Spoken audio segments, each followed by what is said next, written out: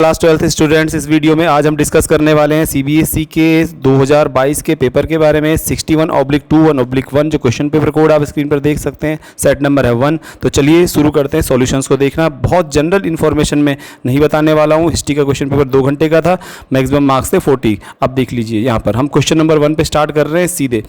पहला क्वेश्चन आप देख लीजिए क्या था यहाँ पर। 1857 के विद्रोह के बारे में जानने के 3 स्रोत, the sources of the revolt of the rebel of the 1857। तो यहाँ पर विद्रोह के जो 3 स्रोत जो हमारे पास 1857 की क्रांति के हैं वह उस समय की बहुत सारी डायरियाँ जो अंग्रेजों अफसरों ने लिखे, सरकारी रिकॉर्ड जो अंग्रेजों के हैं, प्रोक्लेमेशन यानी घोषणाएँ जो विद्रोहियों ने की हैं। इसके अलावा जो विभिन्न चित्र हमको दिखाई देते हैं उस समय के जो बाद में बनाए गए पेंटिंग, कार्टून, अंग्रेजों की पत्रिकाओं में प्रकाशित होने वाले जो लेख थे या कार्टून्स थे, वो सारे के सारे हमारे पास विद्रोह के बारे में जानने के स्रोत हैं। चलिए ये आप एनसीईआरटी बुक से देख सकते हैं। दूसरा क्वेश्चन अगर हम देखेंगे यहाँ पर, तो दूसरा क्वेश्चन इस तरह से हमको दिखाई देने वाला है कि 18वीं शताब्दी के दौरान राजमहल पहाड़ियों में रहने वाली पहाड़िया लोगों के प्रति अंग्रेजों द्वारा अपनाई गई नीति है। तो अंग्रेजों द्वारा विशेष तौर से 2 प्रकार की नीति पहाड़िया लोगों के प्रति अपनाई गई थी। एक नीति क्रूर नीति थी, एक नीति वहाँ पर भत्ते देने की, एनुअल वेजेस देने की, सालाना भत्ता देने की नीति थी। क्रूर नीति में एक भागलपुर का कलेक्टर था क्वीनलैंड, जिसने नीति अपनाई थी कि इन पहाड़िया लोगों को जो है शांति की नीति प्रस्तावित की थी कि उन लोगों को, पहाड़िया लोगों को एनुअल अलाउंस दिया जाएगा, इनके मुखियाओं को, और ताकि ये सब के सब जो पहाड़िया लोग हैं को उनके मुखिया कंट्रोल में रख सकेंगे। दूसरी तरफ निर्मूल करने की नीति भी अपनाई गई, जैसे पहाड़िया लोगों को मार डाला जाए, उनका सफाया कर दिया जाए, उनका शिकार कर दिया जाए, ताकि जो है शांति व्यवस्था स्थापित हो सके। तो इस प्रकार से 2 प्रकार की नीति है, ये आप एनसीईआरटी में इसको भी देख सकते हैं। तीसरा क्वेश्चन यहाँ पर और करके जो इसका ऑप्शन आप देख पा रहे होंगे, ब्रिटिश ईस्ट इंडिया कंपनी के असाधारण प्रेक्षक के रूप में फ्रांसिस बुकनन की भूमिका। देखिए ब्रिटिश ईस्ट इंडिया कंपनी का एक, समझ लीजिए उससे जुड़ा हुआ एक व्यक्ति था फ्रांसिस बुकनन, बाय प्रोफेशन ये एक डॉक्टर था।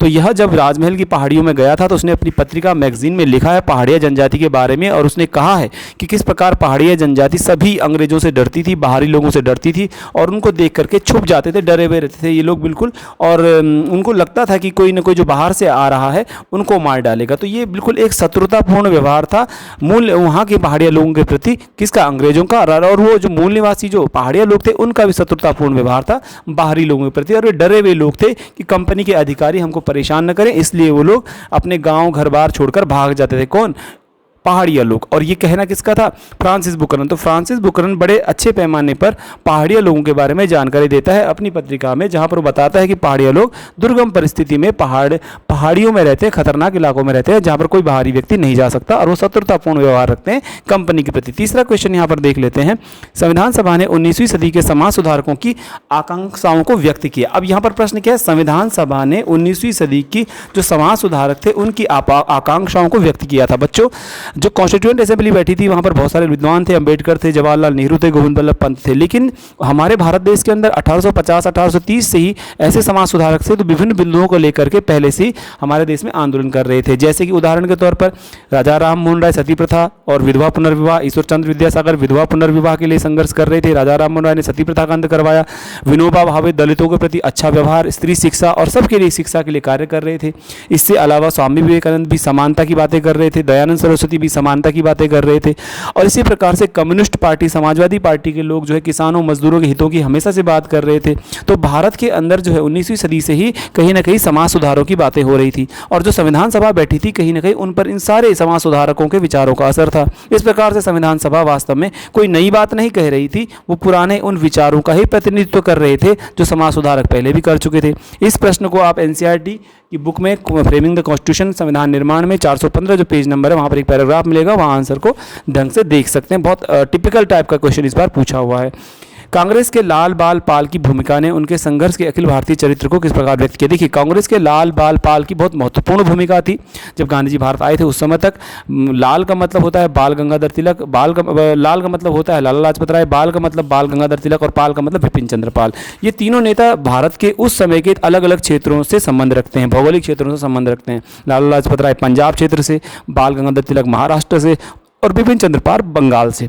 किसी प्रकार से यहाँ पर ये समझ सकते हैं कि पूरे भारतवर्ष के ये तीनों नेता तिकड़ी के रूप में कांग्रेस के लिए काम कर रहे हैं और उपनिवेशवाद के खिलाफ संघर्ष कर रहे हैं, और यही अखिल भारतीय चरित्र है। तो यहाँ पर इन तीनों की भूमिका चूंकि बढ़कर चढ़कर थी, तो इनको कहा गया है लाल बाल पाल, ये कहीं ना कहीं गर्मपंथी भी थे। तो संघर्ष का अखिल भारतीय चरित्र को ऑटोमेटिकली अपने आप में लाल बाल पाल व्यक्त करता है, क्योंकि ये भौगोलिक रूप से अलग अलग क्षेत्रों से संबंधित थे और इसने कांग्रेस के अखिल भारतीय चरित्र को व्यक्त किया था। इस तरह से इसको लिखा जा सकता है। पांचवा क्वेश्चन है, लाला लाजपत राय की तो वैसे भी बहुत बड़ी भूमिका है भारत के इतिहास में, और बाल गंगाधर तिलक की तो वैसे भी बहुत बड़ी भूमिका है भारत के इतिहास में, और विपिन चंद्र पाल जो है अपने आप में महान दार्शनिक भी रह चुके हैं। तो लाला लाजपत राय को बाद में भगत सिंह ने जो उनकी मृत्यु का बदला भी लिया था, और बाल गंगाधर तिलक ने तो 2 विशेष त्यौहार बाद में शुरू भी करवाए थे महाराष्ट्र में, जिनका नाम आपको शिवाजी महोत्सव, इस तरह से चीज़ें आती हैं। अब आते हैं खंड ख पे दीर्घ उत्तरीय प्रश्नों को देख लेते हैं। दीर्घ उत्तरीय प्रश्नों में आप देखेंगे भारत की संविधान सभा में शक्तिशाली केंद्र के पक्ष में दिए गए विभिन्न तर्कों का विश्लेषण कीजिए। तो भारत की संविधान सभा में शक्तिशाली केंद्र के पक्ष में विभिन्न तर्क दिए गए। जवाहरलाल नेहरू ने तर्क दिया था कि अंतर्राष्ट्रीय स्तर पर आवाज उठाने के लिए, शांति व्यवस्था के लिए, समन्वय स्थापित करने के लिए सामान्य मुद्दों पर हमें शक्तिशाली केंद्र बनाना चाहिए, शक्तिशाली केंद्र की आवश्यकता है। भीमराव अंबेडकर का कहना था कि केंद्र शक्तिशाली होना चाहिए, और 1935 में भारत शासन अधिनियम में केंद्र जितना शक्तिशाली था उससे भी ज़्यादा शक्तिशाली होना चाहिए। गोपाल स्वामी अय्यर जो थे दक्षिण भारत के थे, उनका भी मानना था कि केंद्र शक्तिशाली होना चाहिए। और यहाँ पर एक बालकृष्ण शर्मा जो उत्तर प्रदेश संयुक्त प्रांत के रहने वाले थे, उनका मानना था कि केंद्र बहुत शक्तिशाली होना चाहिए, क्योंकि उस समय शांति की आवश्यकता है, बाहरी आक्रमण का डर रहता है, सारे आर्थिक संसाधनों का उपयोग प्रयोग ढंग से एक शक्तिशाली केंद्र ही कर सकता है, और देश में जितना भी विकास कार्य होने वह शक्तिशाली केंद्र ही कार्य कर सकता है। दूसरा, विभिन्न प्रकार के जो नेता उस समय थे, जो स्थिति देश की थी, विभाजन हो रहा था, दंगे हो रहे थे, वायलेंस देश भर में चल रहा था, उसके कारण ये अपेक्षा थी कि भाई शक्तिशाली केंद्र होगा ताकि वो कानून व्यवस्था बनाए रख सकेगा, क्योंकि विभाजन की स्थिति उस समय थी। इस प्रकार से, और पहले से ही हमारे पास ऐसे उदाहरण थे कि भारत में अंग्रेजों के ज़माने में जो है एकल शासन व्यवस्था थी, यानी कि केंद्रीकृत शासन व्यवस्था थी। तो क्यों ना हम शक्तिशाली केंद्र बनाते, जिस प्रकार की परिस्थिति थी, देश का विभाजन था, शक्तिशाली केंद्र होना बहुत जरूरी था। अगर राज्यों को ज़्यादा शक्तियाँ देते तो भारत भविष्य में फिर से टूट सकता था। अगर हम बात करें क्वेश्चन नंबर 6 की खंड क की, इसमें देखेंगे नमक सत्याग्रह ने दुनिया भर का ध्यान आकर्षित किया था और राष्ट्रव्यापी सविनय अवज्ञा आंदोलन शुरू किया गया। उपयुक्त उदाहरण दीजिए, कथन की पुष्टि कीजिए। तो कुल मिलाकर के इसमें नमक सत्याग्रह का आपने विस्तार से वर्णन करना था। इसमें आप जिक्र इस प्रकार से कर सकते हैं कि राष्ट्रव्यापी सविनय अवज्ञा आंदोलन गांधी ने लॉर्ड इरविन को नोटिस देकर शुरू करा था, जिसमें 12 मार्च 1930 को उन्होंने यह शुरू किया और 30 अप्रैल लगभग को इन्होंने इस आंदोलन को समाप्त दांडी जगह पर गुजरात के समुद्र तट पर नमक बनाकर समाप्त किया था। इस दौरान गांधी जी ने स्वराज का संदेश दिया था। दुनिया भर की भीड़ उनके जो है गांव-गांव में उस मार्ग में जुटी, जिस मार्ग की लंबाई लगभग कम से कम, जो मैं अभी भूल जा रहा हूं, लेकिन मीलों लंबा यह रास्ता था। 78 वॉलंटियर उनके साथ थे और जगह जगह पर महिला पुरुषों, जितने भी विभिन्न धर्मों और जाति के लोग थे वहां पर जुटते थे और गांधी बोलते थे कि समानता और धार्मिक समानता की बात वो करते थे और सब लोगों को एकता का संदेश देते थे महात्मा गांधी। और यहाँ पर विश्वव्यापी मीडिया ने, अमेरिकन मीडिया और हो गया यूरोपियन मीडिया ने उनको यहाँ पर कवरेज दिया, जिसमें कि टाइम मैगजीन ने कहा था पहले आलोचना करते हुए कि महात्मा गांधी इतनी लंबी यात्रा करके पसर गए थे और शारीरिक जो उनकी संरचना है, उसका भौगोलिक जो उनकी जो अपने आप में उनका एक शरीर है, उसका मजाक उड़ाया गया। लेकिन बाद में टाइम मैगजीन ने उनकी तुलना वास्तव में एक बड़े नेता, राजनेता के रूप में की थी। तो इस प्रकार से नमक सत्याग्रह में नमक कानून को तोड़कर दिखा दिया गया कि अहिंसक रूप से कानून तोड़ करके ब्रिटिश साम्राज्य को चुनौती दी जा सकती है और स्वराज्य का संदेश भी इस दौरान दिया गया। विभिन्न बिंदुओं के अंदर इस प्रश्न को लिखा जा सकता था। अगले प्रश्न के अंदर हम चल सकते हैं और करके दे रखा है, असहयोग आंदोलन महात्मा गांधी का बड़े पैमाने पर संगठित सत्याग्रह आंदोलन था जो स्वराज पर आधारित था। देखिए, महात्मा गांधी ने एक बुक लिखी थी स्वराज में उन्होंने कहा था कि हमको क्या करना है, अंग्रेजों के साथ असहयोग मात्र करना है, नॉन कोऑपरेशन करना है, और जब ऐसा हम कर देंगे तो ऑटोमेटिकली हम आज़ाद हो जाएंगे। ठीक था, संगठित सत्याग्रह आंदोलन था ये, असहयोग आंदोलन। इस दौरान महात्मा गांधी ने ये कहा कि हम क्या करेंगे,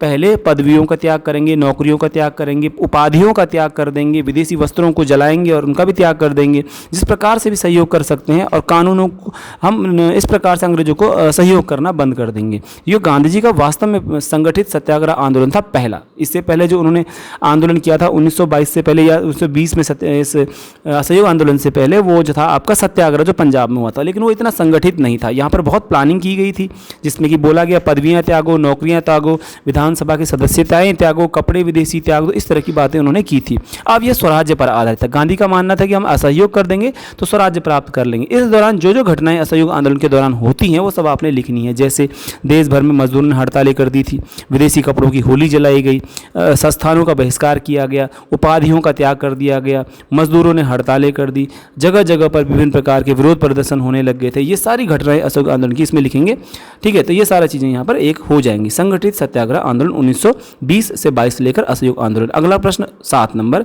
मुगलों के अपने पड़ोसी राजनीतिक शक्तियों के साथ राजनयिक रिश्ते और संघर्ष के भी थे। अब राजनयिक रिश्ते की अगर बात करें तो ये 6 नंबर का प्रश्न है। 3 नंबर में आएगा इसमें, मुगलों के पड़ोसी राजनयिक रिश्तों के साथ, राजनयिक रिश्ते पड़ोसियों के साथ थे। 2 पड़ोसी राजनीतिक शक्ति के रूप में यहाँ पर उनके सामने उपलब्ध थे। एक आपके पास था जिसे हम ईरान या पारस कहते हैं, जहाँ के शाह अब्बास या जहाँ पर सफाविद शासन कर रहे थे, सफावी शासकों के साथ रिश्ते, और संघर्ष की बात अगर, और ऑटोमन शासकों के साथ रिश्ते।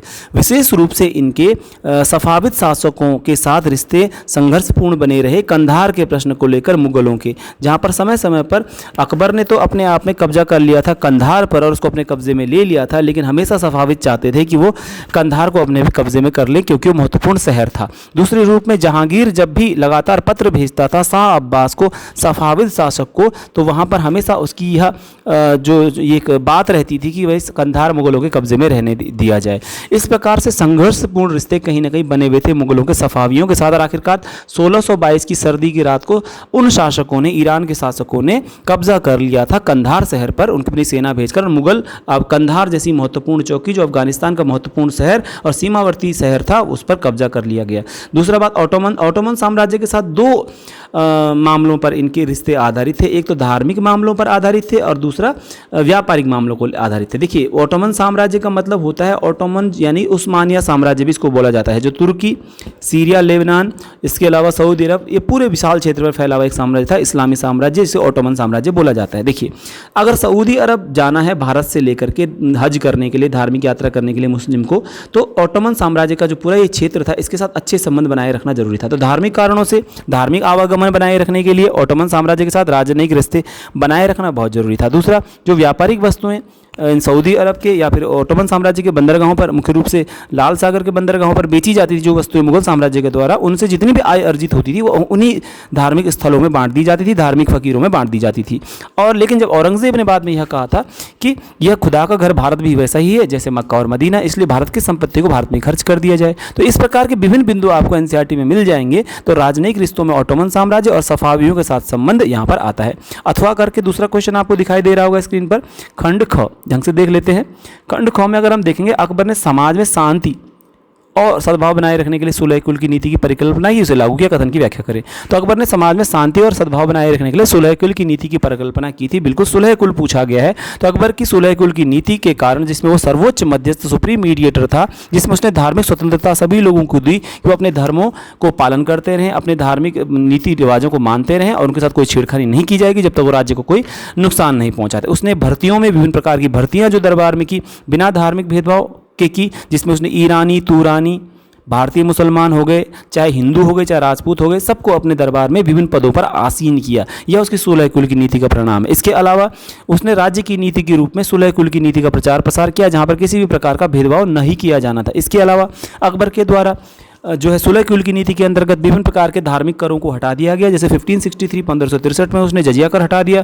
1564 में उसने आपका एक कर और था जिसको तीर्थ यात्रा कर करते हैं जो गैर हिंदुओं पर, गैर मुस्लिमों पर लगता था, उसको भी हटा दिया। विभिन्न प्रकार से मुगल शासकों के द्वारा, अकबर के द्वारा धार्मिक संस्थाओं को अनुदान दिए गए, मंदिरों के पुनर्निर्माण हेतु दान दिए गए। इस प्रकार से अकबर की जो नीति थी समाज में शांति सद्भाव बनाए रखने की, सुलह कुल की नीति एक सफल नीति थी जिसने उसने साम्राज्य को अपने मजबूत बनाया। और अकबुल फजल जो है इस नीति का समर्थक था और उसी ने अकबर को सलाहकार के रूप में, सुलह कुल की नीति की सलाहकार के रूप में कार्य किया था। विभिन्न बिंदुओं के अंदर इसको लिखा जा सकता है। 3 नंबर का क्वेश्चन है, जरूर आपने किया होगा। खंडगांव में केस आधारित प्रश्न है, इसको सॉल्व नहीं किया जा सकता।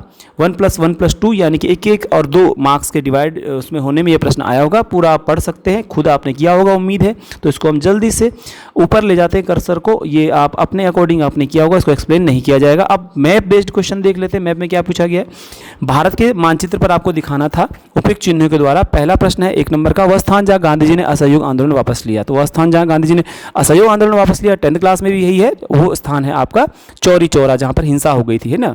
अथवा करके है, अगर आपको यह भी नहीं आता था तो खंड ख में है, वह स्थान जहाँ गांधी जी ने गुजरात की खेती करने वाले किसानों के लिए सत्याग्रह शुरू किया था। तो गुजरात में गांधी जी ने खेती करने वाले किसानों के लिए सत्याग्रह कहाँ पर शुरू किया था खेड़ा से शुरू किया था, जो कि गुजरात में आपको कोस्टल लाइन पे दिखाना था, महाराष्ट्र के बॉर्डर की तरफ जाते हुए।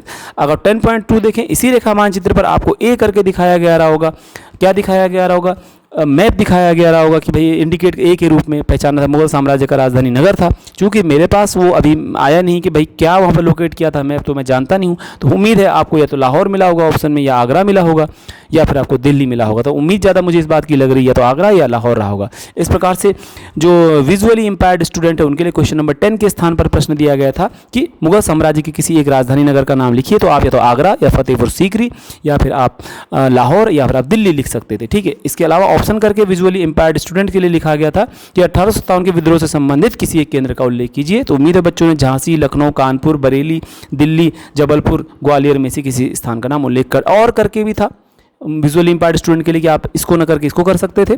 उस राज्य का नाम लिखिए जहां जलियांवाला बाग की घटना लिखी, तो आपने उस राज्य का नाम पंजाब लिख दिया होगा, उम्मीद है। तो इस प्रकार से बहुत जल्दी में मैं आपका टाइम बचाने की कोशिश करते हुए इस वीडियो पूरे क्वेश्चन पेपर को डिस्कस करने की मैंने कोशिश की है।